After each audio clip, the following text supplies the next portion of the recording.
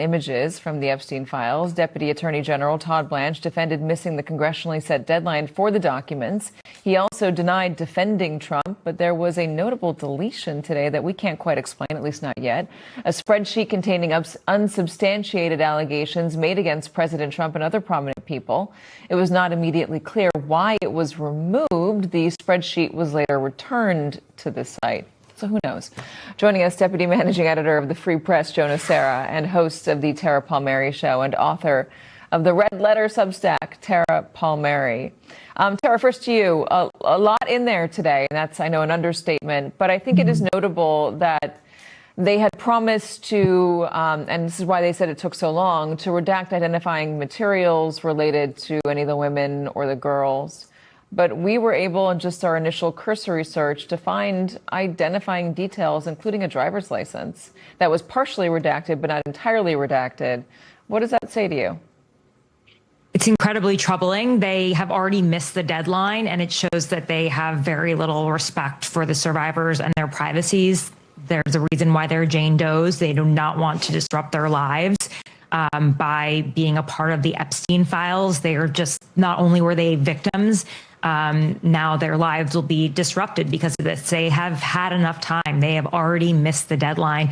And half of the files, we won't even see them. I mean, Todd Blanche admitted it himself. He said, we collected 6 million and you're going to get 3 million. So what is in the other 3 million? We don't know. It's really hard to search them, too. Oh, gosh, we just lost Tara. All right, Joe, it's you and me. Yeah, they went out of their way to make them as difficult to search as they possibly could. There's no question about that. Yeah, and you called today's document dump a red herring. Explain. Look, you're not going. What do we really want to find out?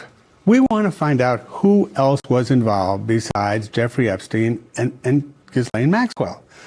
Which men were involved sleeping with underage women? Who were his accomplices? I mean, he had a lot of them. Women who went out and found other women who were 14 and 15 years old and brought them to Epstein 3 times a day. Where are those people? Todd, at the thing he said, well, you know, if there's evidence in the documents that would show, that lead to some man, we would obviously investigate. Why aren't they investigating anyway? Why did they need those documents to show them that? The documents are a way of saying, here's all this stuff, good luck. Why is it so unbelievable for people to, that it's just Ghislaine Maxwell and it's just Jeffrey Epstein, and those are the only 2 people that DOJ could have any evidence or enough evidence to possibly charge? It's absurd. It's an absurdity. Why? Why? Because he did this for multiple years. First of all, Virginia Giuffre has written a memoir. She actually wrote an unpublished memoir before the published one that actually has real people's names in it.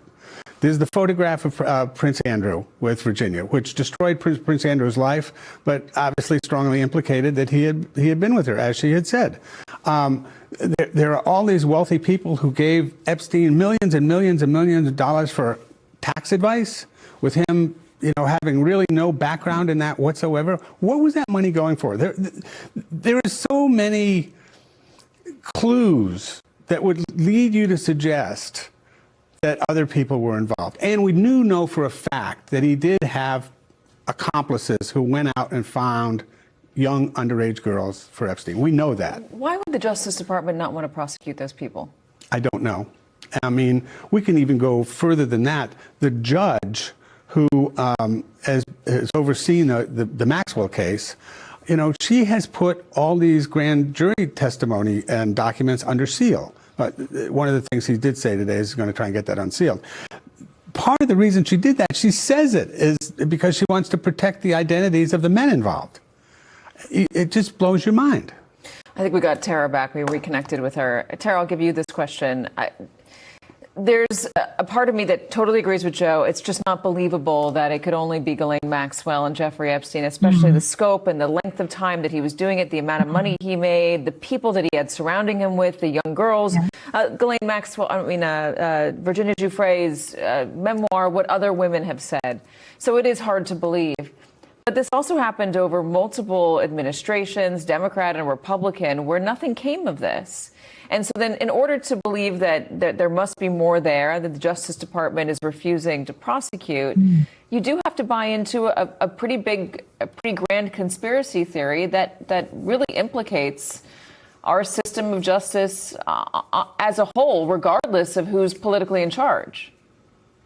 Yeah, and Katy, there are a number of settlements, private settlements, that survivors have made with men that they have accused, often because the abuse happened after the statute of limitation. Ghislaine Maxwell said in her habeas petition that 25 men have settlements with a plaintiff. So we know that there are other men. If you believe the survivors of Jeffrey Epstein who have testified under oath about being abused by other men, then you know that there's more to the story.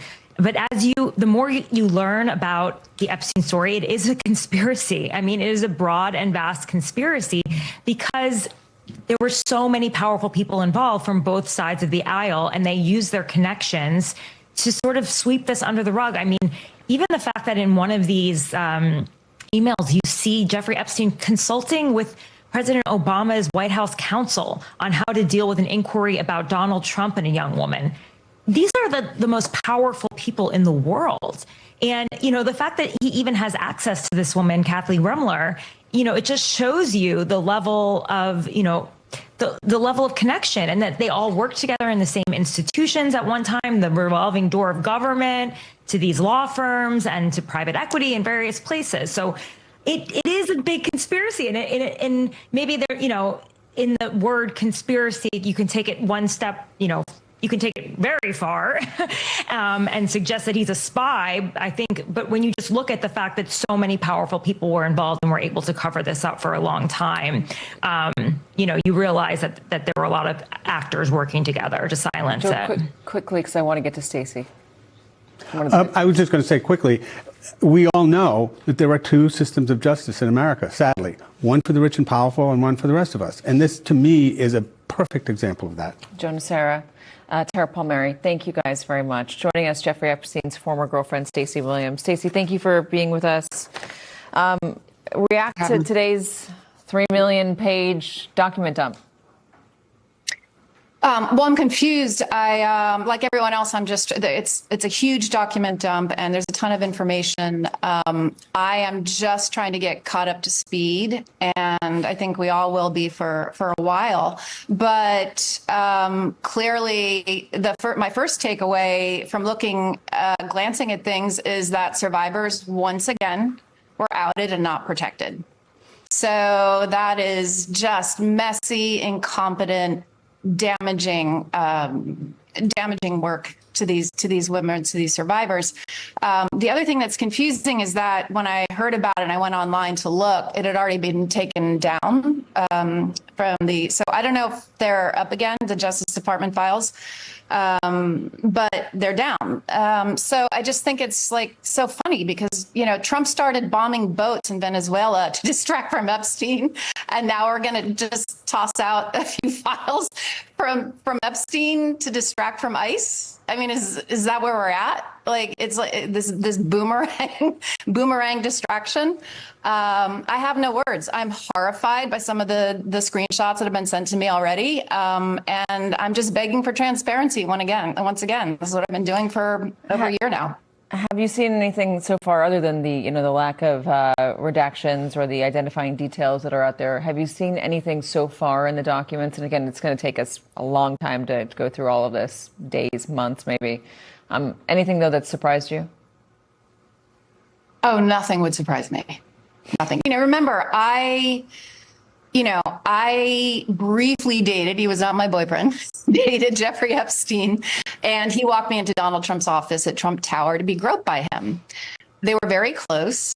The fact that anyone's trying to litigate whether they were friends or how well they knew each other or whatever is just absurd at this point. I am, and the White House and Trump has called me a liar. So I know I've been polygraphed by actually one of the most renowned polygraph examiners in the world.